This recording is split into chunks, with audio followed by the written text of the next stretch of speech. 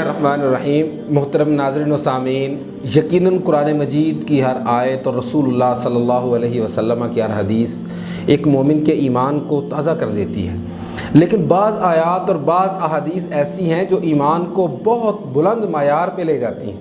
ان میں سے ایک صحیح حدیث جو مسند احمد میں اور سنن ترمذی میں موجود ہے کہ رسول اللہ صلی اللہ علیہ وسلم نے ایک دن فجر کی نماز پڑھائی، اور نماز پڑھانے کے بعد رسول اللہ صلی اللہ علیہ وسلم نے صحابہ کی طرف معمول کے مطابق رخ فرمایا تو ایک صحابی کہنے لگے، اللہ کے رسول، آج آپ کا چہرہ معمول سے زیادہ کھلا ہوا اور زیادہ روشن اور زیادہ کھلکھلاتا نظر آ رہا ہے۔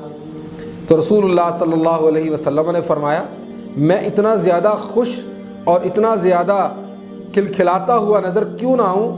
میں نے آج رات خواب میں اپنے رب کو بہت خوبصورت شکل کے اندر دیکھا ہے، اور اللہ تعالیٰ نے مجھ سے کہا، اے محمد صلی اللہ علیہ وسلم، آپ جانتے ہیں فیما یختصم الملأ الاعلیٰ، فرشتوں میں سے بھی جو زیادہ شرف والے اور سب سے زیادہ بلندی والے اور سب سے زیادہ مقام و مرتبے والے فرشتے ہیں، وہ کس چیز میں آپس میں بحث کر رہے ہیں؟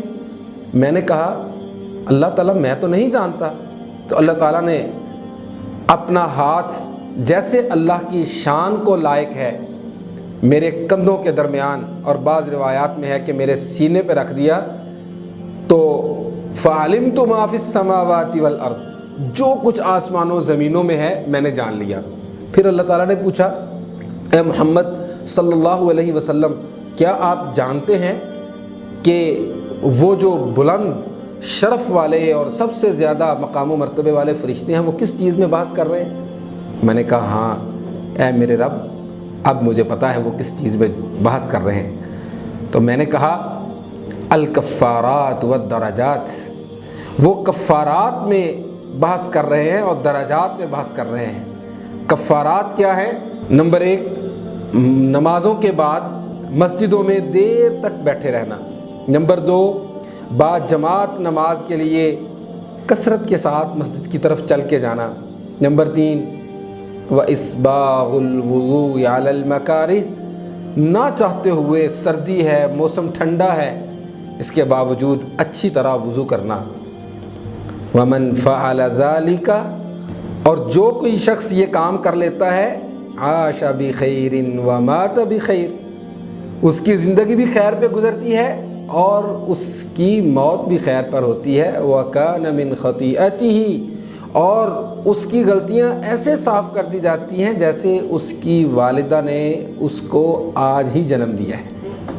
اور پھر اللہ تعالیٰ نے فرمایا، اے محمد صلی اللہ علیہ وسلم، جب آپ نماز پڑھا کریں تو پھر یہ کلمات کہا کریں، اللہم انی اسألک فعل الخیرات، اے اللہ یقیناً میں تجھ سے خیر کے کام کرنے کا سوال کرتا ہوں کہ مجھے توفیق دے کہ میں خیر کے کام کروں، وترک المنکرات، اور مجھے توفیق دے کہ میں برائیوں کو، منکرات کو چھوڑ دوں، وحب المساکین، اور مساکین کی محبت میرے دل میں پیدا کر دے، وَإِذَا أَرَدْتَ بِعِبَادِكَ فِتْنَةً، اور جب تو اپنے بندوں کے ساتھ آزمائش اور امتحان کا ارادہ کرے تو مجھے اپنی طرف بغیر فتنے، بغیر آزمائش اور بغیر کسی امتحان میں ڈالے اٹھا لے، مجھے موت دے دے۔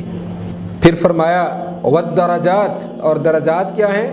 افشاء السلام، سلام کو عام کرنا، واطعام الطعام، اور کھانا کھلانا، والصلاة باللیل والناس نیام، اور رات کو نماز پڑھنا اس حال میں کہ لوگ سو رہے ہوں، تہجد کی نماز کا اہتمام کرنا۔ آئیے ان کفارات کا بھی اہتمام کیجئے، ان درجات کا بھی اہتمام کیجئے، اور اس دعا کا بھی اہتمام کیجئے جو اللہ رب العالمین نے خود اپنے محبوب محمد الرسول اللہ صلی اللہ علیہ وسلم کو سکھائی ہے۔ اللہم انی اسألک فعل الخیرات وترک المنکرات وحب المساکین وَإِذَا أَرَدْتَ بِعِبَادِكَ فِتْنَةً فَاقْبِضْنِي إِلَيْكَ غَيْرَ مَفْتُونٍ۔ اللہ تعالیٰ ہمیں ان کفارات، ان درجات اور اس دعا کو اپنی زندگی کے معمولات کا حصہ بنانے کی توفیق عطا فرمائے۔ والسلام علیکم ورحمۃ اللہ وبرکاتہ۔